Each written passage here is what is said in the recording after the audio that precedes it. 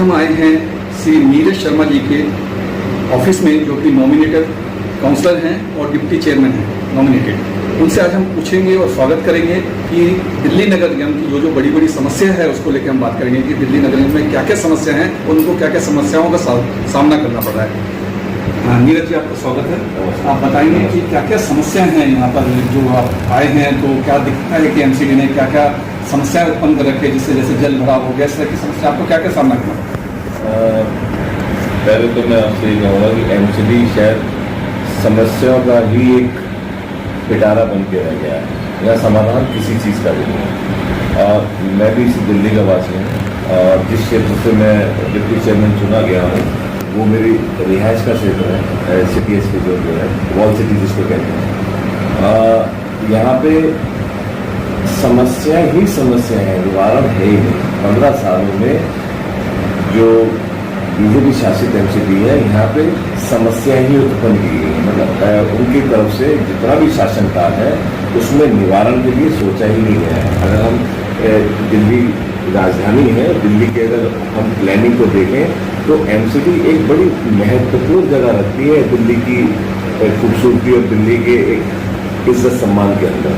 और इसके साथ एमसीडी ने पिछले 15 सालों में खेल किया है। एमसीडी ने अपने जो उसके अधिकार क्षेत्र में जो काम आते हैं कुछ कर ही नहीं पाई है। छोटी छोटी चीज़ें हैं। अगर आप हमारी वॉल सिटी एरिया में लेंगे, जल भराव और गड्ढे की समस्या जो कि एक तरीके से विध्वंसकारी हो गई है पूरी पुरानी दिल्ली के अंदर, जो पानी की निकासी की छोटी छोटी जालियां और नालियां होती हैं, किसी ने भी ध्यान नहीं दिया उस तरफ और वो खत्म सी हो गई है, जिसके कारण जो बरसात का पानी पड़ता है वहीं भरता है, वहीं कीचड़ बनता है, वहीं बीमारी फैलाता है और वहीं खत्म होता है। आप ये देखिए, छोटी सी बात नहीं है। वैसे तो नालियां और जालियों का जो काम है वो एमसीडी को रेगुलर करना होता है, लेकिन 15 सालों में नालियां और जालियां उन्होंने खत्म ही कर दी, क्योंकि ना नालियां और जालियां होंगी और ना काम करना पड़ेगा। एक चीज़ नीरज जी और बताएंगे कि जिस तरह से एमसीडी कहती है कि हमारा ये कोई रोल नहीं है, या आम आदमी पार्टी ही ऐसा करेगी, इस बारे में आप क्या कहना चाहते हैं? किस बारे में? कि वो ये कहते हैं कि आम आदमी पार्टी का एरिया पड़ता है वो उनको करना चाहिए, मगर आपके पास आए तो आप कह रहे हैं कि कांग्रेस इसमें बीजेपी का रोल है। मैं तो आरोप नहीं लगा रहा हूँ, रूल है ये।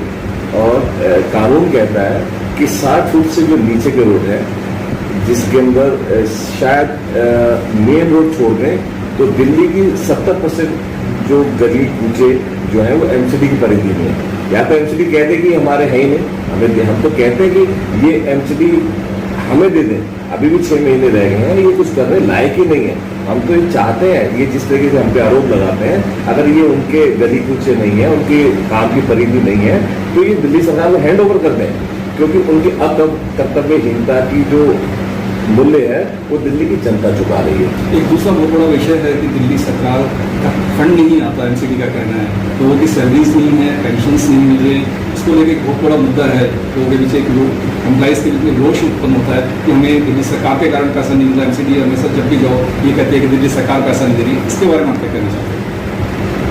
सर, दिल्ली सरकार में जब से दिल्ली सरकार माननीय अरविंद केजरीवाल जी की सरकार आई है, उनका ध्येय यही रहा है किसी भी प्रकार से, क्योंकि वो एमसीडी को अपने से अलग नहीं समझते हैं। एमसीडी के काम का जो परिधि है वो उसके साथ ही दिल्ली जुड़ी है। और अरविंद केजरीवाल जी दिल्ली में काम के लिए आए हैं, ना कि आरोप प्रत्यारोप की राजनीति के लिए आए हैं। और माननीय अरविंद केजरीवाल जी ने जब से अब आम आदमी पार्टी की गवर्नमेंट बनी है, पिछली सरकारों से लगभग 20 से 25% ज़्यादा रिवेन्यू हर बार एमसीडी को जारी किया है। लेकिन एमसीडी का भ्रष्टाचार इतना है, यहाँ पे अकर्तव्यता इतनी है कि ये उस पैसे को काम के स्तर तक और जमीनी स्तर पे उतरने ही नहीं देना चाहते, जबकि वो टैक्स पेयर का पैसा है, ना आम आदमी का पैसा है, ना वो एमसीडी का पैसा है, वो इस देश के इस राजधानी के टैक्स पेयरों का पैसा है।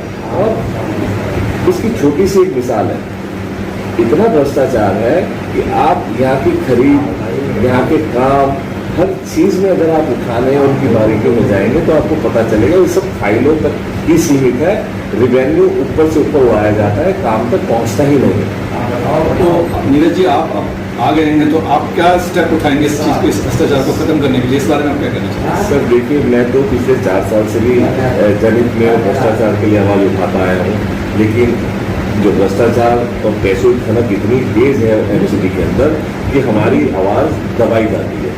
और ना तो भ्रष्टाचारी अधिकारी सुनते हैं इस बात को, ना भ्रष्टाचारी बीजेपी शासित नेता सुनते हैं। मैं खास तौर पर कहना चाहता हूँ, अगर इन सालों में हमारे उठाए छोटे छोटे मुद्दे कर लिए गए होते, उस पर कुछ कार्रवाई की गई होती, तो शायद बीजेपी वाले अपनी थोड़ी सी सांस बचा पाते। और जहाँ तक मेरे अभी टेन्योर की बात है, बहुत छोटा और संक्षिप्त टेन्योर है, 6 महीने का टेन्योर रह जाएगा, क्योंकि 2022 में चुनाव है। और इस 6 महीने में मेरी जो सबसे बड़ी प्राथमिकता है वो मेरी पुरानी दिल्ली का सेंसेशन और साफ सफाई को लेकर मेरा जो काम है वो रहेगा।